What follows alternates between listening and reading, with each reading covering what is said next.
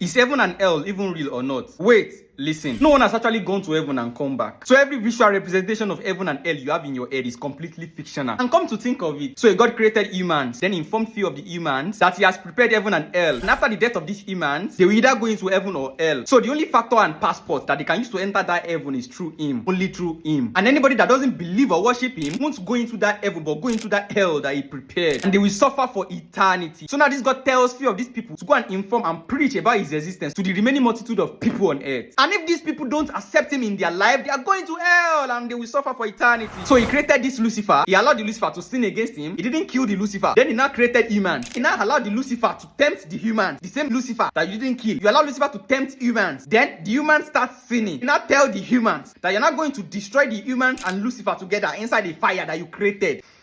Make it make sense. Like something you knew was going to happen, but you still let it happen. Okay? So whose fault? Now you're not telling the same humans that for them to enter a paradise that you have prepared specially for them, it will only be through you. So you then showed yourself to only few people. Then send few of these people to go and be preaching your existence to these remaining humans. You even factored and facilitate the happening of these things. You put catalyst.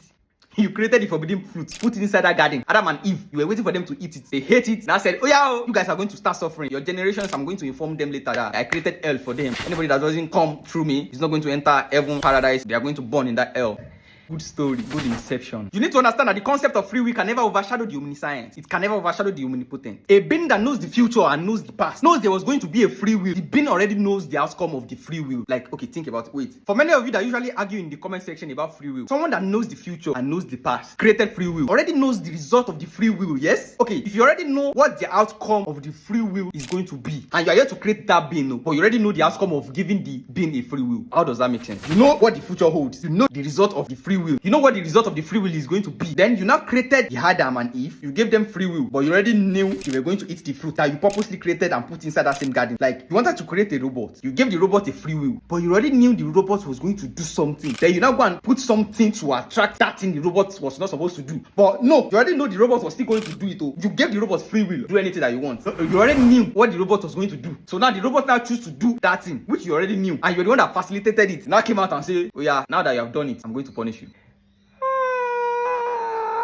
See, I personally won't dispute your belief. I personally won't tell you not to worship. But I'm only here to just tell you to think outside the box sometimes. You have been indoctrinated to believe thinking outside the box is blasphemy. Asking questions is blasphemy. Well, think about it. Is heaven real? Is hell real? Does religion beat humanity or humanity beats religion? Just sit down. Whenever you have time, think about the beginning. Think about the history. Think about the stories you've been fed right from your childhood. Okay? Free will, omniscience. Compare them and think about it. This is 2024 years after the death of Christ. He said Jesus Christ is coming soon. How soon is he going to be? Is it in the next 10,000 years? In the next 500 years? In the next 1 million years?